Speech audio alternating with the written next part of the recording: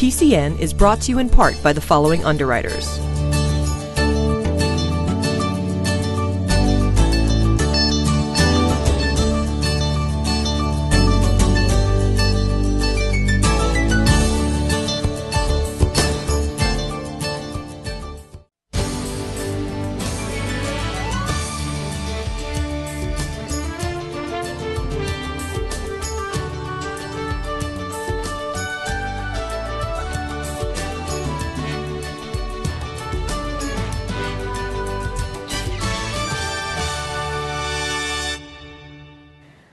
Welcome to PACTV Community News. We have a great show for you tonight with stories from our communities.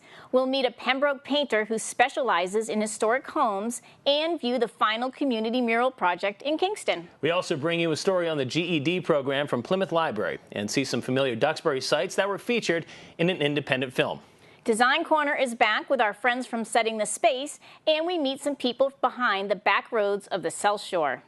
It's going to be a great show, and we'll begin with a story from the Forefathers Monument in Plymouth. What started as a rainy day turned out to be a great family fun day. Plymouth 400 sponsored the Forefathers Family Fun Day this month. Included with the fun came reenactments, family-friendly activities, and tour of the iconic monument. PCN stopped by to see the fun.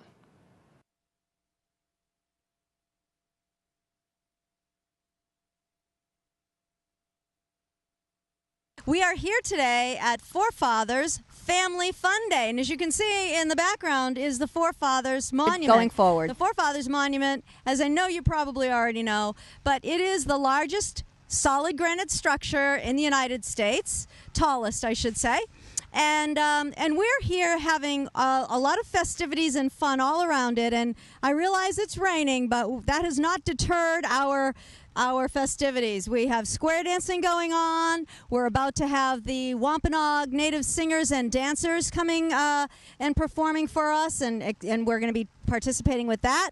We've got Wicked Smokin' Barbecue and Bramhall's Country Store serving food around the other side, and we've had Northern Lights here from Plymouth North. And we've also had Four Bridges, which is a bluegrass band who has been performing for us. So we're continuing on today. We know that we're pretty resilient people here in the Northeast, and a little bit of rain on a summer day is not going to deter us. Consider this: when the Pilgrim Society was first founded in 1820, for the 200th anniversary of the Pilgrim Landing, what they decided to do was this. Their charter said one of their purposes was to build a monument. What would be the monument's purpose? To symbolize the virtues, the values, the suffering, the character of our pilgrim forebears. That's why this plaque on this monument says that we are honoring those whose sacrifices and sufferings for the cause of civil and religious liberty. That's what this monument is about. You have morality, you have faith, all dealing with internal self-government, internal religious liberty, and then the external parts, law and education and liberty, all dealing with civil liberty that comes from it. And nobody can find it. It's in a residential area. Few people come. So that's why we're bringing attention to the National Monument of the Forefathers. And if you want to know more about Plymouth 400 and our many events and programs that'll be going on over the course of the next 5.5 years leading up to 2020, then please make sure you go to our website and check it out. And you'll be sure to be able to know what's happening with Plymouth 400. Kevin Lassett and Will Somberby have been working together for years. Friends brought together by a love of film, the two decided to make a full-length feature film after realizing they were surrounded by everything that inspired them. All right, back to one. Back to one. My name is Kevin Lassett. I'm the writer and director and one of the executive producers. I'm William Somberby. What am I? You're my amazing I'm the director DP, of photography, editor, and another one of the executive producers. Back to One is a drama about a washed-up actor who's struggling to reconcile with his daughter while he realizes he missed out on the role of a lifetime, the role of a father. And now that his career is kind of tanked and washed up, he wants to have a connection with his daughter, which he was never there to begin with. Please come over and sit down. Stop. You don't have to explain anything. Is that clear? If you're familiar with filming, back to one is a phrase that you use on a real set, and that production assistant, after the end of the shot, will use and call out to all the actors and extras back to 1, which means to reset, to go back to your original starting position so they can capture it from another angle or just redo the angle that they already filmed. So the movie's about an actor, and he's struggling with bad choices that lead him back to 1. So I grew up in Duxbury and in Plymouth County. Kevin moved here from California. He lives now on the Cape. So the majority of our film, I mean, there's 60% of it which was shot in Plymouth County, and the other 40% is on Cape. In locations like Yarmouth, Sandwich, the Fish Hatchery, the First Church, Main Street.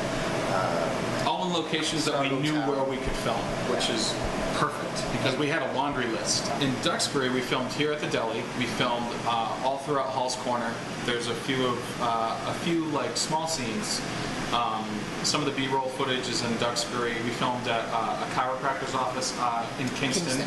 Yeah. We filmed at the Kingston train station, or right near there where all the wind turbines are.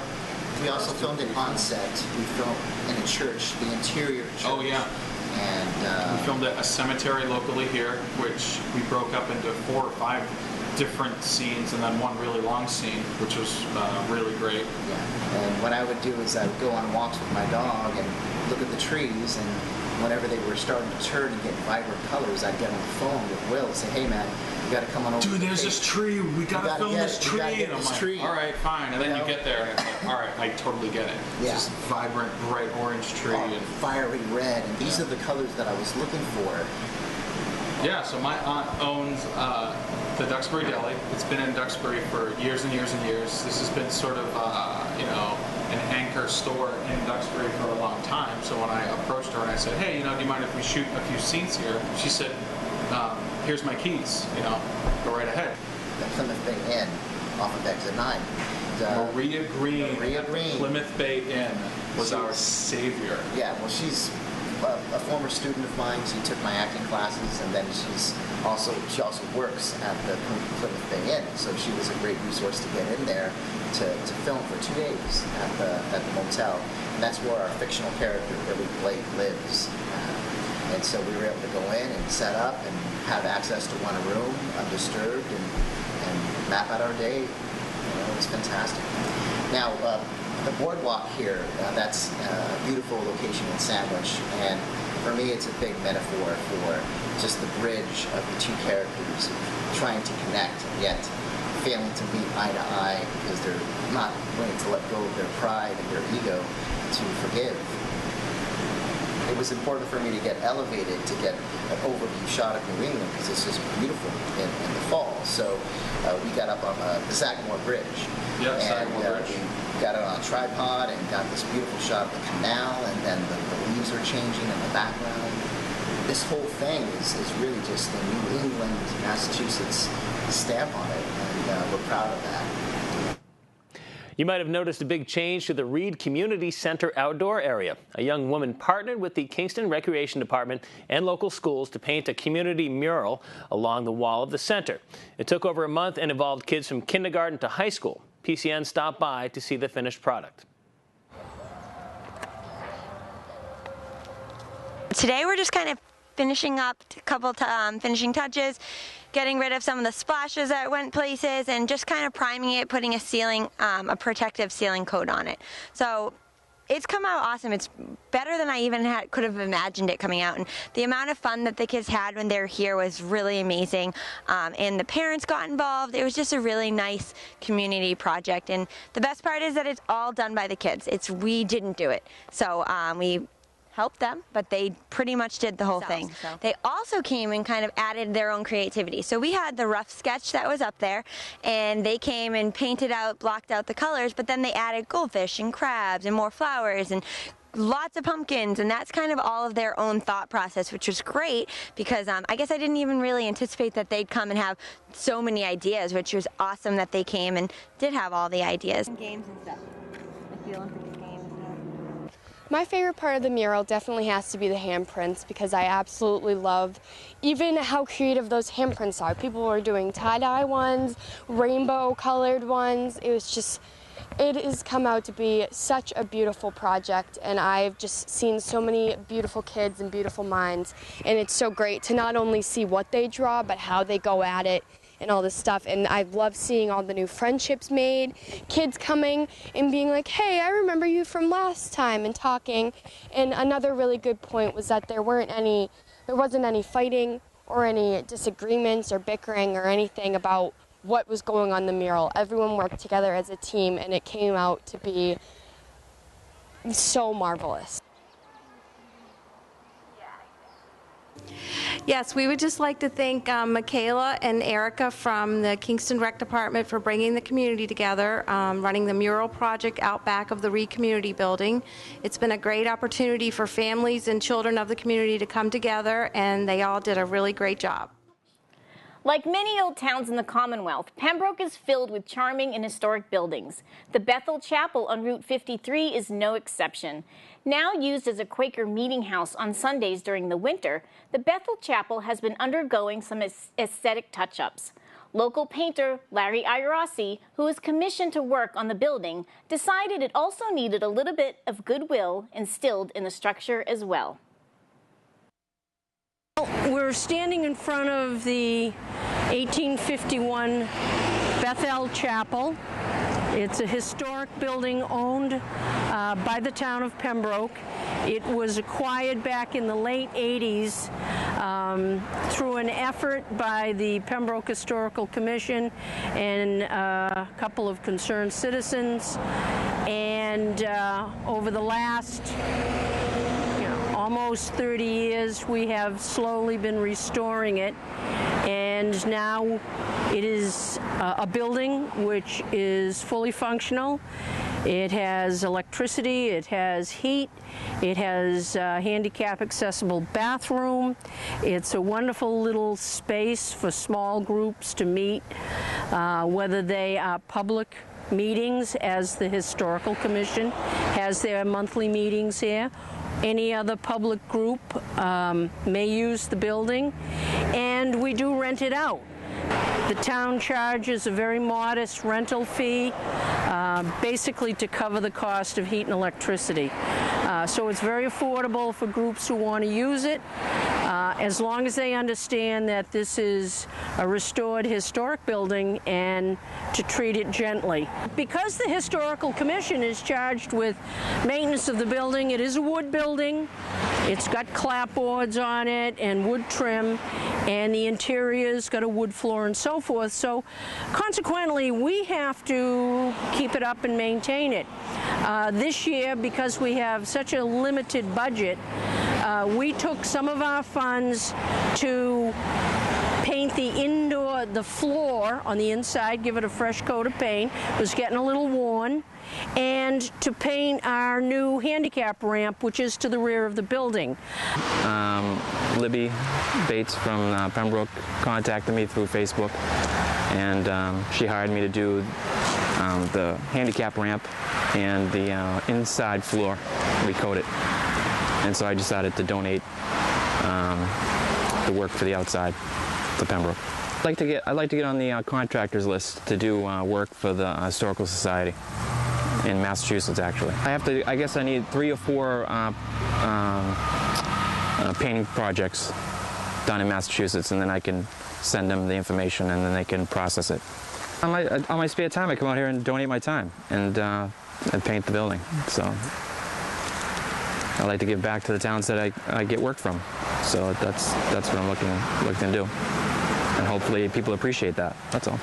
The town managed to acquire it, restore it, and now it's a great public space for people to use and enjoy. Running through our towns on the South Shore is a group of people and organizations representing over 20 historic sites covering 9 towns. The group is dedicated to bringing awareness to these sites and honoring their legacy to the area. Jane and Tim Davidson became co-chairs for the Backroads of the South Shore. PCN met up with this enterprising couple to get all the details. We actually have a mission statement that says our mission is to provide access and information that will create awareness of our little heritage gems. The Backroads of the South Shore have been organized some 12 years ago to get the smaller museums to have a voice in the portrayal of the history of the South Shore and the preservation of historic buildings in the South Shore. I think that the name, the Backroads of the South Shore, is sort of interesting because when I first heard it, I figured we were going to go travel the back roads. And I think the idea is that it is the smaller roads, 139, 3A. It isn't the big highways, it isn't the center of Plymouth, but it's all the little roads along the way, and that's where we come up with the Backroads of the South Shore.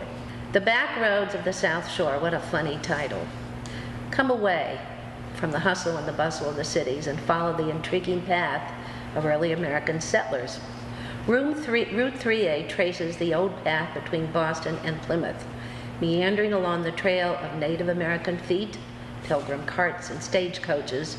Route 3A gives you the chance to touch the homes of history, and that's what we're all about. These are the smaller museums, the historic gems that we want people to come and visit and see and experience and really feel what history's like. 12 years ago, the Backroads of the South Shore was formed to provide a cooperation between, rather than competition, a cooperation between these and among these museums along the Route 3A. We now have 16 member organizations in 23 sites up and down 3A. From Hall to Plymouth? Yep, and in 9 South Shore towns. Well, in Plymouth, member organizations include the Mayflower organization, the Plymouth Antiquarian Society, the Plymouth Pilgrim Museum, Pilgrim Hall, Pilgrim Hall, and the Howland House Museum. So there are quite a number of places to go to in Plymouth. In Duxbury here, the Duxbury Rural and Historical Society is a member, as is Marshfield and an organization in Kingston called the Jones River Historical Organization, which has the Bradford House and often do these wonderful breakfasts during August and July. The first Sunday of every month is wonderful. They do these great breakfasts over at the Bradford House.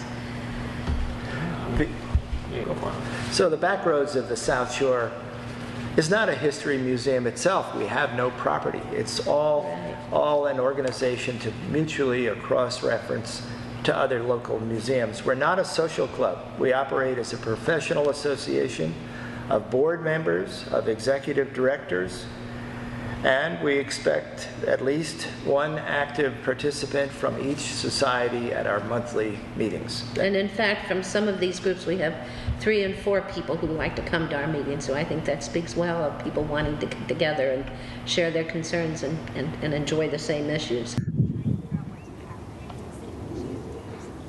The literacy program of Greater Plymouth is now celebrating 25 years of helping people to get their GEDs, among many other community outreach programs. PCN recently went to the Plymouth Public Library to meet the people in charge of the program, talk with one of their success stories, and find out some of the changes that have taken place over the years in order to obtain your high school equivalency.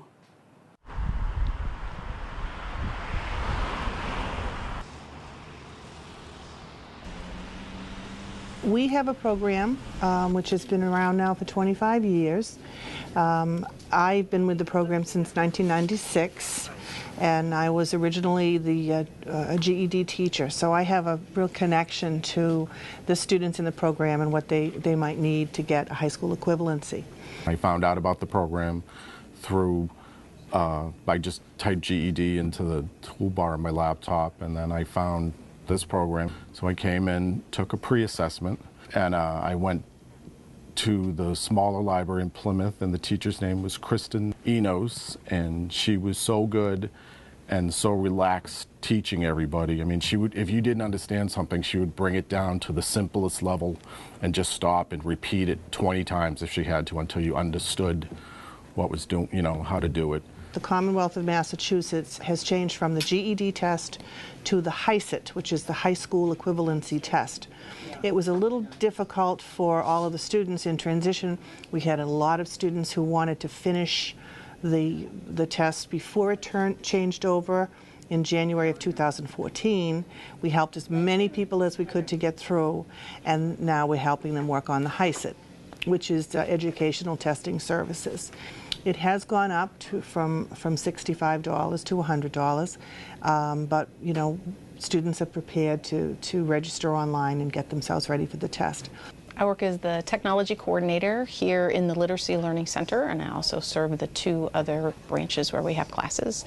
So I keep all the technology running, the computers. I do research so we can help students do things online with cloud-based programs so they can continue their learning at home, or to give resources to our teachers, because a lot of teaching is moving towards being online, whether it's resources, whether it's how we keep track of things, lots of different fun things that we can do online.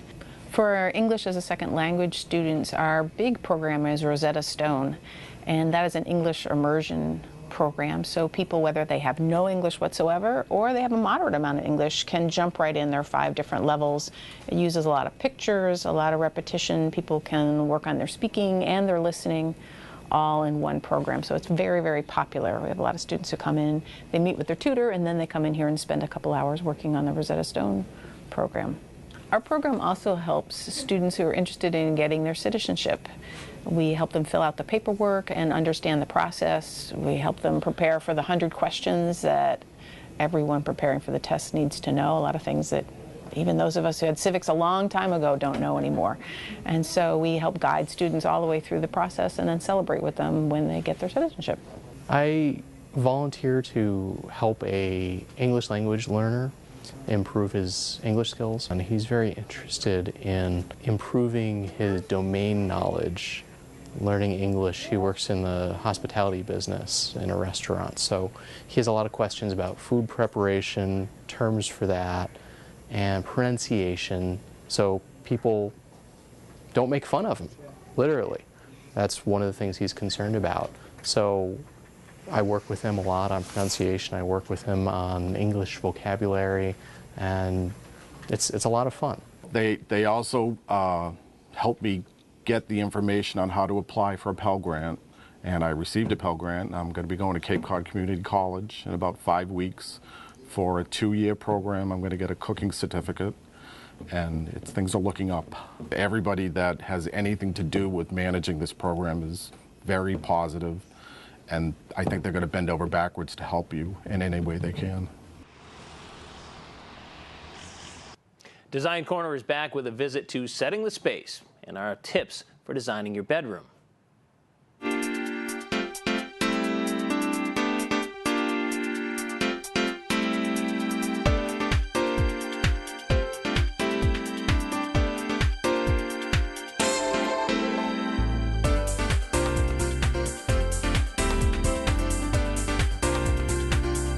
Hi, I'm Sue and I'm from Setting the Space, and we are here for PCN's Design Corner, and today we are going to show you how to take a simple plain bed and make it look fabulous. And we're going to use lots of pillows, and I want to say too, if you have pillows tucked away in the closet and stuff, it's time to pull them out and let's build a bed. So here we go. You ready? Okay. So first we have pulled back our top of bed, and what I want to do here is create a little bit of interest by putting on a layer. So the next, we're going to start adding layers, and we have 2 fabulous Euro pillows here, one with pattern, and the reverse side is plain. So what today I want to do is I want to show, let's do a little bit more pattern and begin to build. So then we're going to take your pillow shams, and these can be your pillows with your sheeting, but what we're going to do is we're going to create, by using different patterns and building it out, we want to create comfort and warmth and inviting. So here we have this beautiful pillow with a little bit of shine, and we're going to bring 2 because we want to make sure that the bed looks full and luxurious. And one more, you can't have enough pillows, and we're going to put this one right in the center. And as you can see, we've used lots of the same colors, but they're different patterns, so it brings interest and a little bit of metallic fabrics that have a little bit of luminescent. So it just brings more light into the space and creates more invitations here. And then, of course, you can never have anything that, it's like having a stuffed bear on a bed, but it's your pillow. Something for more comfort. And one more layer, and this is on those cold, chilly nights. We have this beautiful mink throw, and you just throw it on as if it just landed there. And of course, you don't have to be on vacation to add a little sophistication to your bedroom. Thanks for watching PCN's Design Corner. Thanks for watching this week's show. Replay times are listed on our website, pactv.org, or you can catch us on our YouTube channel by searching for the PACTV Community News channel. Be sure to like us on Facebook and follow us on Twitter to receive previews and links to all our stories. We'll be back next week for another edition of PCN, so see you then.